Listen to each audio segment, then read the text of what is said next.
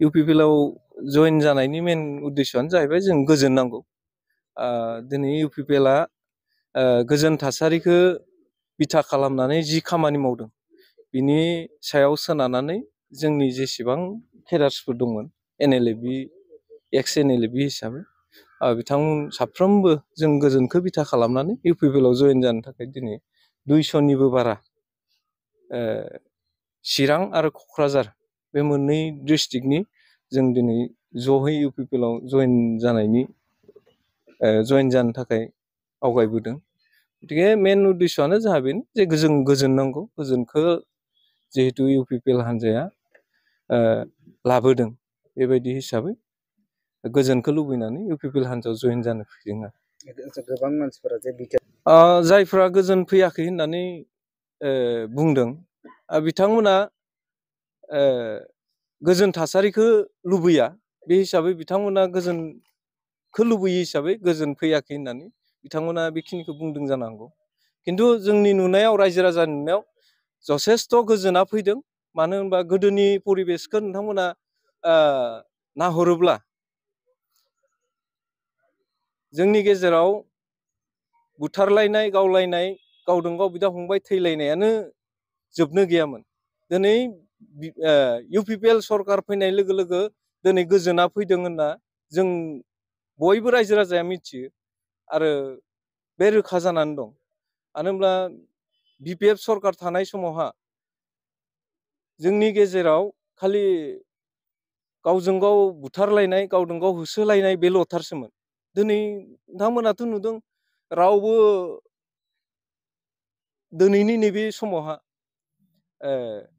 गावजों गाव बिदा फंबाय थैलायनायाबो गैया जानानै दं। बेफोरनो गोजोन। आरो बे गोजोनखौ लाबोदों होनबा इउपिपिएल सरकारानो लाबोदों। दा बेखायनो जों गोदोनि थांनाय हिस्ट'रिखौ नाहरोब्ला जों नुनो मोनो। जों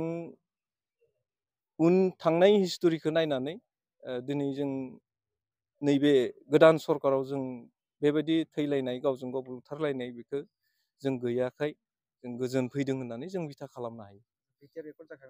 3 बोसोराव जेबो जौगानाय खामानि मावनो हायाखै होननाय बाथ्राफोरा हयथ' बिथांमोना 15-16 बोसोर 17 बोसोर सरकार खुंनायाव 3 बोसोरजों बोरैहाय रुजुदों बेखौ नाहरोब्ला मोजां जायो। मानो होनबा 3 बोसोरल' जादों इउपिपिएल सरकार खुंनाया।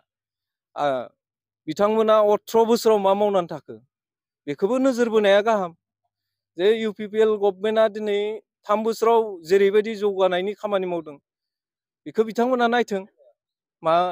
जोंनि गेजेराव खना खनला थांनानै नायहैथों, रायजो राजानि गेजेराव सोंहैथों इउपिपिएल गभर्नमेन्टआ मा मावदों।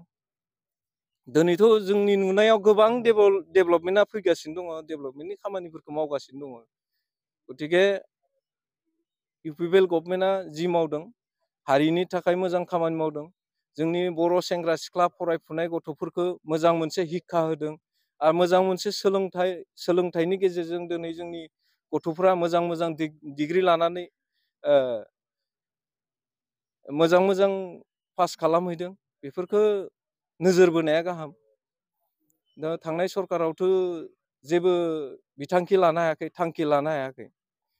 जिफोर थांखिफोरखौ लानांगौमोन, जों हारिखौ जौगाहोनोब्ला बबे लामाजों जोंनि उन्दै उन्दै गथ'फोरखौ सोलोंथाइ होनांगौमोन बिनि सायाव जेबो थांखि लायाखै। बिनि थाखाय दिनै इउपिपिएल गभर्नमेन्टआ जिबायदि थांखि लादों दा बेखौ जों बुंलायनो नाङा, बयबो बर' रायजो राजाया नुगासिनो दङ। बेखायनो आं सानो इउपिपिएल हान्जाया दिनैनि डेटआव मोजां मोनसे पदक्षेप लादों। बिनिखायनो गोबां मानसिफ्रा दिनै लोब लोब जइन जाबोगासिनो दङ। गतिके नोंथांमोना इउपिपिएलआवहाय जबदान होनानैहाय फैबाय थानाय समावहाय इउपिपिएल हान्जानि जानानै माबायदिहाय रायजो राजाफोरनि थाखाय खामानि मावलांनो सानो? दा पार्टि हिसाबै पार्टिनि खामानि मावनांगोन। इउपिपिएल हान्जायाव जइन जानाय लोगो लोगो इउपिपिएल हान्जानि बा पलिटिकेल हान्जानि थाखाय जों खामानि मावनांगोन आरो खामानि मावलांनांगोन।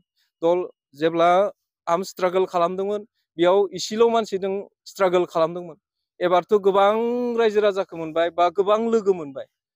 जोंनि बोलो, जोंनि सिन्था धारनाफोरखौबो जों गुवारसिन खालामनानै जों खामानि मावलांगोन आरो थेंक इउ